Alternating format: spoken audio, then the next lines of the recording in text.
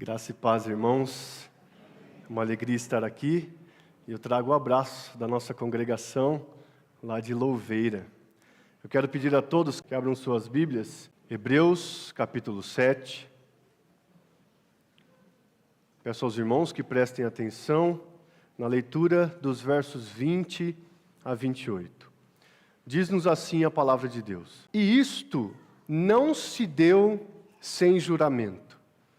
Porque os outros são feitos sacerdotes sem juramento, mas este foi feito sacerdote com juramento por aquele que lhe disse: O Senhor jurou e não se arrependerá. Você é sacerdote para sempre. Por isso mesmo, Jesus se tornou o fiador de superior aliança. Ora, os outros são feitos sacerdotes em maior número, porque a morte os impede de continuar. Jesus, no entanto, porque continua para sempre, tem o seu sacerdócio imutável.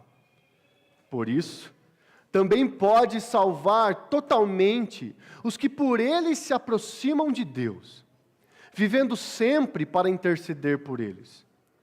Porque nos convia um sumo sacerdote como este, santo, inculpável, sem mácula, separado dos pecadores e exaltado acima dos céus, que não tem necessidade, como os outros sumos sacerdotes, de oferecer sacrifícios todos os dias, primeiro por seus próprios pecados, depois pelos do povo, porque fez isto uma vez por todas, quando a si mesmo ofereceu.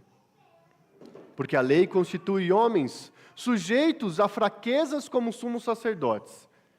Mas a palavra do juramento, que foi posterior à lei, constitui o Filho perfeito para sempre. Quero chamar a atenção das nossas crianças. Crianças, olhem para mim.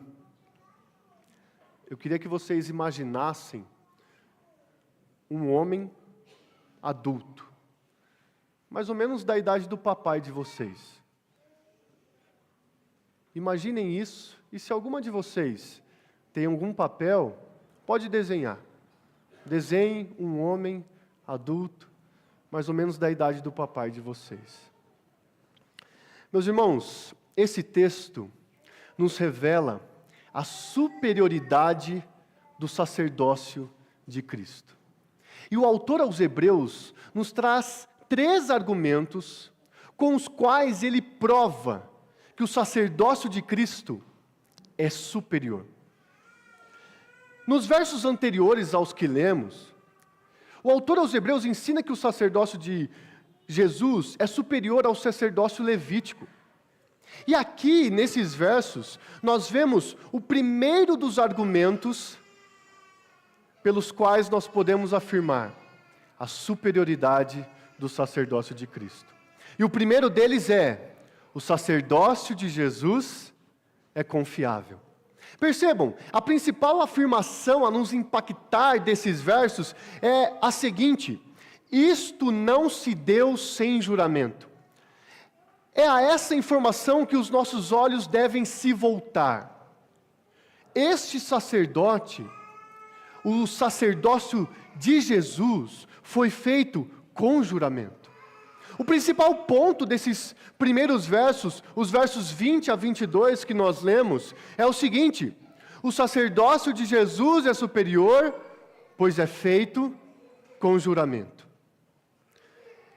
E a nós é necessário que façamos uma pergunta: como era então, no Antigo Testamento, a entrada ao ofício de sacerdote? Bom, o verso 20 nos fala: sem juramento. Para entrar no ofício de sacerdote no Antigo Testamento, era necessário nascer na tribo de Levi e na família certa, a família de Arão.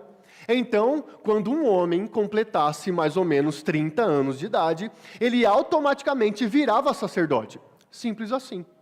Bom, uma analogia para que a gente entenda isso é o seguinte: imagine que a família Silva fosse escolhida para que seus homens se tornassem pastores. Então, o José da Silva, quando completasse 30 anos, automaticamente ele se tornaria um pastor. Sem haver, por exemplo, o juramento que há na cerimônia de ordenação, como vemos no caso dos pastores presbiterianos. Era assim no Antigo Testamento. Havia, portanto, uma tradição que levava levitas ao ofício de sacerdote. Com Cristo foi diferente. O Senhor jurou e não se arrependerá. O ofício de Jesus foi feito sob juramento, de forma que isso nos revela ser um ofício mais firme e consistente, e não foi qualquer juramento. A citação do autor aos Hebreus é do Salmo 110, verso 4, onde Deus jurou em seu próprio nome e diz que não se arrependerá, ou seja, não mudará de opinião. Sua opinião permanecerá assim para todo sempre. É um juramento irrevogável. Bom, o texto ainda nos diz, no verso 22, que é por isso que Jesus se tornou fiador de superior aliança. No Novo Testamento, Jesus, em sua função de sacerdócio, traz à tona a nova aliança no seu sangue. Os rituais do Antigo Testamento não se fazem mais necessários. Os antigos sacerdotes não são mais necessários. Jesus se tornou fiador de superior aliança. E essa palavra é importante, meus irmãos, prestem atenção. Isso significa que Jesus se tornou fiador de superior aliança de uma vez por todas. Isso não mudará. Algo muito comum na locação de algum imóvel é a necessidade de um fiador. Este fiador garante que, se o inquilino não pagar as dívidas, não pagar aquilo que ao proprietário é devido, o fiador assume a dívida, não deixando que o proprietário do imóvel fique sem pagamento. Assim somos nós, inquilinos, mas que não conseguimos pagar a dívida, mas pecamos, mas falhamos. Então Jesus, esse fiador, diante de Deus, não o deixa sem pagamento. E aqui nós temos algumas lições para nós, meus irmãos. A primeira delas, não confie em você mesmo. Não acredite nas mensagens que são ditas por aí, acredite em você mesmo. Não confie em você mesmo, porque você não paga o que você deveria pagar. Você não faz o que deveria fazer. Nenhum de nós fazemos. Portanto, uma outra lição é: apegue-se em Jesus e nas promessas de Deus. Que Jesus seja de fato o alvo da sua confiança, da sua esperança e da sua fé. E tudo aquilo que em Jesus nós temos revelado por Deus, em tudo isso estejam seus olhos. Nesses 3 primeiros versos da nossa exposição, ainda há uma terceira lição. Tenha sempre ânimo. Anime-se. A sua salvação está assegurada em Jesus. Não é verdade o que disse um pastor famoso na internet, Luciano Subirá, que esse processo pode ser abortado? De forma alguma. Se Jesus é quem assegura a sua salvação, então você a tem garantida. Mas se ela está firmada em suas obras, aí de fato você pode perdê-la. Mas sendo Jesus um fiador de superior aliança, nós podemos ter sempre ânimo. Percebam, meus irmãos, a vida do crente é uma vida de vigor, uma vida de esperança, uma vida de confiança nele, pois ele nos assegura a salvação. Mas além do sacerdócio de Cristo ser confiável, ele também é imutável. Prestem atenção nas leituras dos versos 23 a 25. Ora, os outros são feitos sacerdotes em maior número, porque a morte os impede de continuar. Jesus, no entanto, porque continua para sempre, tem o seu sacerdócio imutável. Por isso, também pode salvar totalmente os que por ele se aproximam de Deus, vivendo sempre para interceder por eles. Mais uma vez, O autor aos Hebreus está fazendo um contraste, uma comparação entre os sacerdotes do Antigo Testamento e agora este sacerdote superior, Cristo Jesus. Os do Antigo Testamento, em algum momento, seriam impedidos de continuar em sua função, fosse pela velhice ou até mesmo pela morte. Nenhum sacerdote do Antigo Testamento durou para sempre, assim como nenhum ser humano. Eles, de fato, morreram, nasceram, cresceram, envelheceram e morreram. Quando um novo sacerdote, aos 30 anos, assumia um ofício, outro deixava este ofício. Jesus, no entanto, como é dito no versículo, continua para sempre. Tem o seu sacerdócio imutável. Com Cristo é diferente, meus irmãos. Cristo vive e vive para sempre. Ele ressuscitou e está à direita de Deus Pai e intercede por nós. Cristo é superior, pois é sacerdote para sempre. Sua aliança é eterna, imutável, inalterável. Na antiga aliança, os sacerdotes eram muitos. Na nova, há um único sacerdote. Antes, o tempo do ofício dos sacerdotes era limitado. Hoje, Jesus vive para sempre.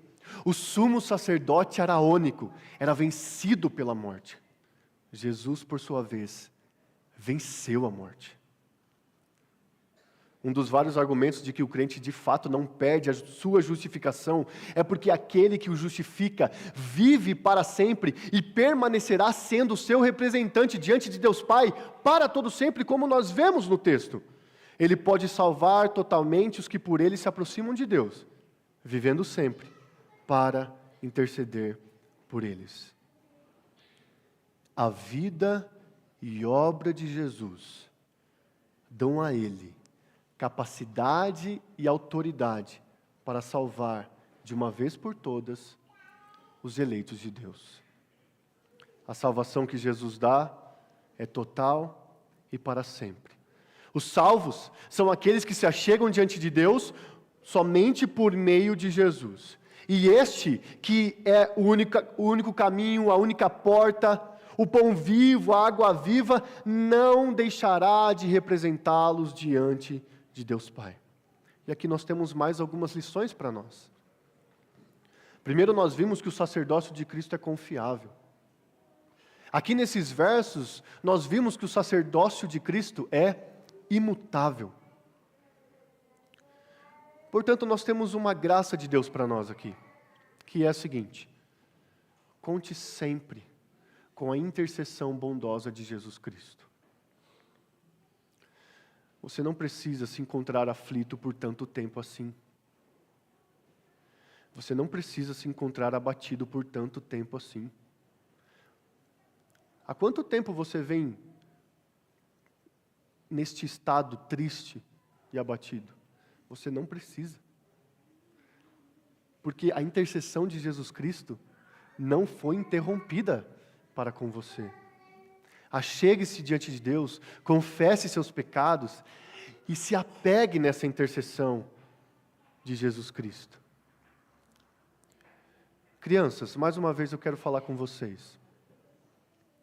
No primeiro momento eu pedi para que vocês imaginassem um homem adulto, mais ou menos da idade do papai de vocês. Agora eu quero que vocês imaginem um homem mais velho, mais ou menos da idade do vovô de vocês. Porque quando um homem chegava mais ou menos nessa idade, o ofício sacerdotal dele no Antigo Testamento era interrompido. Mas crianças, saibam de uma coisa: Jesus não fica velho. Jesus não envelhece. Ele vive para sempre e ele não mais morrerá. Mas além disso, há um terceiro argumento do autor aos Hebreus, pelo qual ele afirma que o sacerdócio de Cristo é superior. Primeiro, porque é confiável. Segundo, porque é imutável. E terceiro, porque é indispensável. Vejam o que está escrito no verso de número 26. Porque nos convinha, Um sumo sacerdote como este, santo, inculpável, sem mácula, separado dos pecadores e exaltado acima dos céus, que não tem necessidade, como os outros sumos sacerdotes, de oferecer sacrifício todos os dias, primeiro por seus próprios pecados, depois pelos do povo. O início do verso 26 nos deixa clara a necessidade de um sumo sacerdote como Jesus. Isso é indispensável para nós, por 5 motivos. Primeiro, Jesus é santo. Ele foi separado e consagrado para essa função. Ele é piedoso, cumpriu toda a lei de Deus. Segundo, porque ele é inculpável. Nada na vida de Jesus o acusa. Pelo contrário, ele sofreu tentações, mas ele não pecou. Terceiro, porque é sem mácula. Nada em Jesus é sujo ou pervertido. Ele não profanou nenhum dos mandamentos do Pai. Quarto, porque ele é separado dos pecadores. Embora ele participe totalmente da nossa humanidade, ele não participa em nada do nosso pecado. Ele é diferente. Embora tenha sido chamado amigo de pecadores, ele mesmo permaneceu sem pecado. E quinto, ele é indispensável para nós, porque é exaltado. Jesus ocupa a mais alta posição que podemos imaginar. Ele está à mão direita da majestade do céu. É aquele que desceu, é o mesmo que subiu mais alto que todos os céus. Jesus é um sacerdote indispensável para nós. Diferentemente dos sacerdotes do Antigo Testamento, diferentemente dos sacerdotes católicos de hoje, que falecem, que são falíveis, Jesus é indispensável e vive para sempre, e é totalmente confiável, e nós, portanto, podemos, como diz no verso 28, saber o seguinte: porque a lei constitui homens sujeitos a fraquezas como sumos sacerdotes, mas a palavra do juramento, que foi posterior à lei, constitui o Filho, perfeito para sempre. Crianças, vocês já imaginaram um homem adulto, mais ou menos da idade do papai de vocês? Vocês já imaginaram um homem mais velho, mais ou menos da idade do vovô de vocês? Agora, crianças, prestem atenção. Eu quero que vocês imaginem um cordeiro, que é o filhote macho de uma ovelha. Imaginem aquele cordeiro, com sua lã branca, de 1 ano. Imaginem este animal.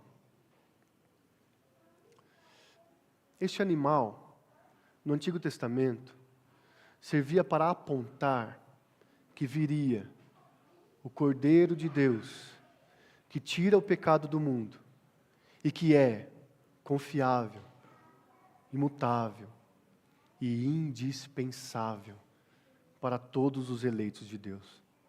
E então nós temos algumas últimas lições para nós. Cristo é tudo o que temos, e isso basta. É por isso que é dito: o Senhor é meu pastor, e nada me faltará. Outra lição: seja grato por receber de graça a Cristo como seu sumo sacerdote, como seu Salvador. E por fim, uma vez que ele foi constituído sumo sacerdote, e tem um sacerdócio confiável, imutável e indispensável, ele constitui o seu povo um reino de sacerdotes. E por isso nós devemos nos consagrar a ele, para viver em obediência, uma vez que temos a graça de sua intercessão e a certeza da salvação no nome dele.